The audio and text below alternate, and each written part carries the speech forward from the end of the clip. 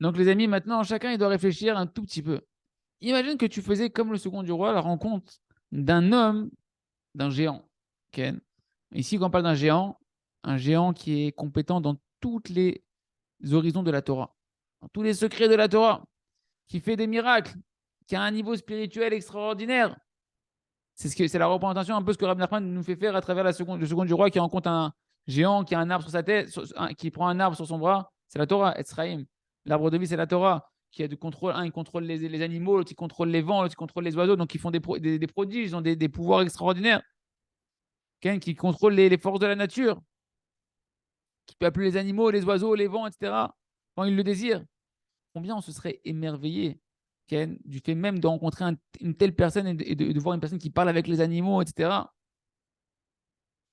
Et cet homme-là, qu'est-ce qu'il t'aurait dit? Il vient et te dit maintenant, il te dit ce géant, tout ton chemin, tu t'es trompé. Bah, c'est pas ça la vérité. Que tu t'es voilé la face. Et que c'est pas possible de vivre que dans la Emouna, sans faire de l'Eshtadlout, et que dans la Tfila et la Tchouva. C'est sûr que qu'est-ce que tu aurais fait, toi? Soyons honnêtes. Ah, tu t'annules. Tu dis, ah, ouais, c'est un géant de la Torah, qu'est-ce que je peux faire? Tu te serais annulé complètement devant lui. Qui tu es, toi, pour pas écouter sa voix? C'est pourquoi on doit comprendre qu'en réalité, la Nekudat Taemet du tzaddik, le point d'authenticité du tzaddik, qui est en réalité la Emouna Pshuta, la Emouna simple, intègre, dans le summum de la simplicité et de l'intégrité, ouais. Il y a sur ça en réalité un voile extraordinaire même dans le monde de la Torah. Jusqu'à ce qu'il y a très peu de personnes qui tiennent véritablement dans ce point-là de sincérité dont on parle de la Emouna. Et même des gens géants qui ont un arbre extraordinaire qui est la Torah, ouais. Même des gens qui font des prodiges, qui peuvent même faire des miracles, bien qu'on doit les respecter, bien qu'ils sont aussi grands, s'ils ne t'enseignent pas le chemin le plus doux qui existe, qui est le chemin de la Emouna simple, comme on l'apprend ici, alors ils ne peuvent pas te guider véritablement dans ta vie de tous les jours. Et à plus forte raison que tu n'as pas à t'embrouiller l'esprit de ce que tu vas entreapercevoir à travers eux. Lorsque tu vois qu'ils vont t'empêcher de vouloir aller dans les conseils du tzaddik, de faire des doutes, de remercier Akadosh Baruch Hu sur le bien comme sur le mal, etc. Et sache que c'est ça en réalité le chemin du monde, qu'il y a très peu de gens qui ont véritablement la émouna dans le chemin de la tfila, dans le chemin de la prière et dans le chemin de la émouna. Et la plupart des gens, quand ils rencontrent un homme qui est tamim, hein, un peu comme le conte du sage et du simple, quand ils rencontrent un homme qui est simple dans sa démarche de émouna, qui veut véritablement être attaché à Kadosh Baruch Hu dans une émouna totale, qui veut véritablement diriger sa vie dans la tfila et dans la tchouva. C'est un fou celui-là. Il est complètement perché, c'est un illuminé, tout le monde se moque de lui et de sa émouna, il te pose des doutes. T'as besoin d'aller parler maintenant à un mur, toi, qui t'écoute. Arrête, arrête.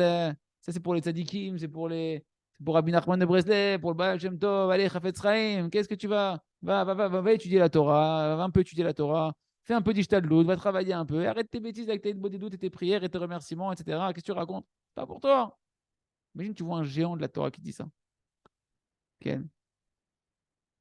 Il te dit, tu seras jamais attaché à la Emouna parfaitement, c'est pas possible. Arrête. Ce serait très difficile et nous, on doit se renforcer. On doit apprendre du second du roi que peu importe qui se dresse devant moi, je reste avec les conseils du tzaddik, avec la tmimout. Ça, il faut beaucoup prier pour la Emouna. C'est ce qu'on fait, ce qu'on étudie, ce qu'on prie, pour avoir cette audace à l'intérieur de soi et cette simplicité, cette intégrité dans les confiances dans les paroles de Rabbi Nachman.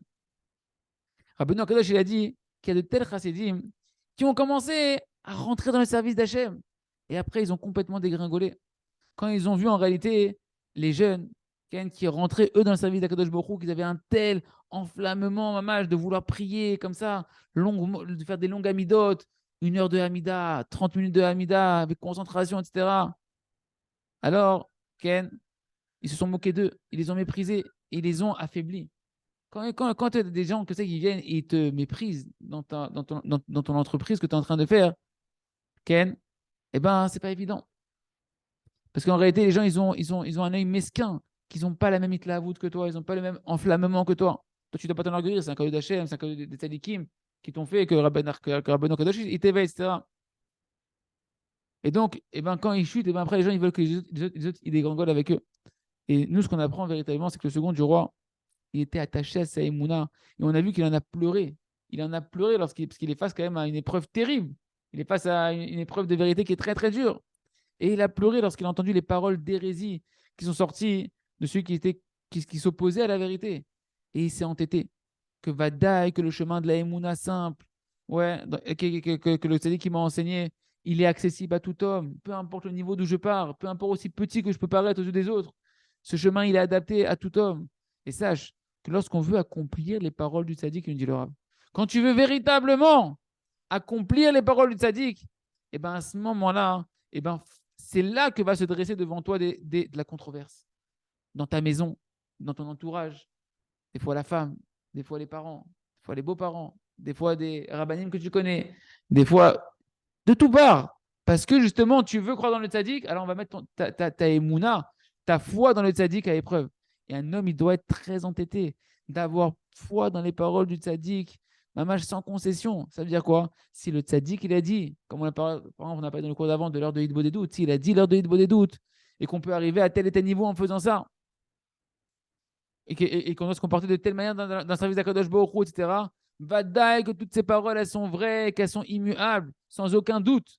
Et on doit s'entêter à essayer de les accomplir de la meilleure manière, avec la plus grande perfection possible. Comme c'est raconté sur Rabbi Nathan, que son mérite nous protège, que Rabbi Nathan, il se sacrifiait littéralement sur chaque accomplissement des conseils de Rabbi Nachman. C'est-à-dire quoi? C'est-à-dire qu'il était prêt à donner toutes ses forces et faire tout ce qu'il pouvait, qui était en sa possession, en sa possibilité, pour accomplir le conseil que Rabbi Nachman il avait demandé de faire. Chacun des conseils, il essaie de donner, mamash, toute son âme pour essayer de l'accomplir. Et qu'est-ce qu'il faisait Rabbi Nathan? Après chaque cours qu'il entendait de Rabbi Nachman, il courait dans la forêt et il criait toute la nuit.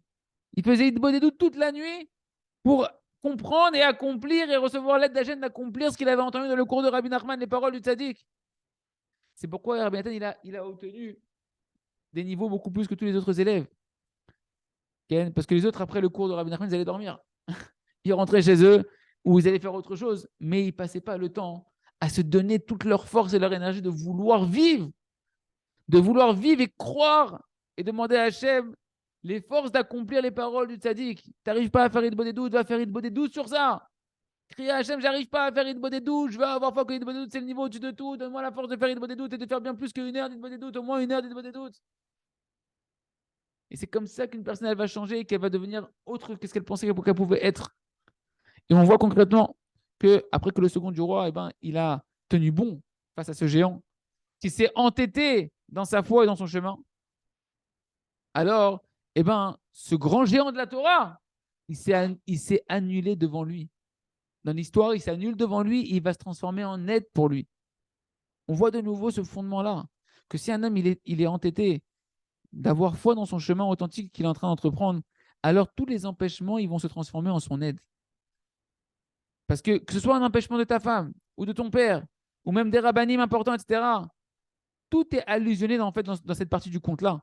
Et si un homme il s'entête, alors tout le monde s'annulera au final devant la vérité et lui viendront en aide, qu'on puisse aller dans le chemin du second du roi et pouvoir avoir foi dans les paroles du tzaddik jusqu'à pouvoir délivrer notre princesse, Razak Benetrazek.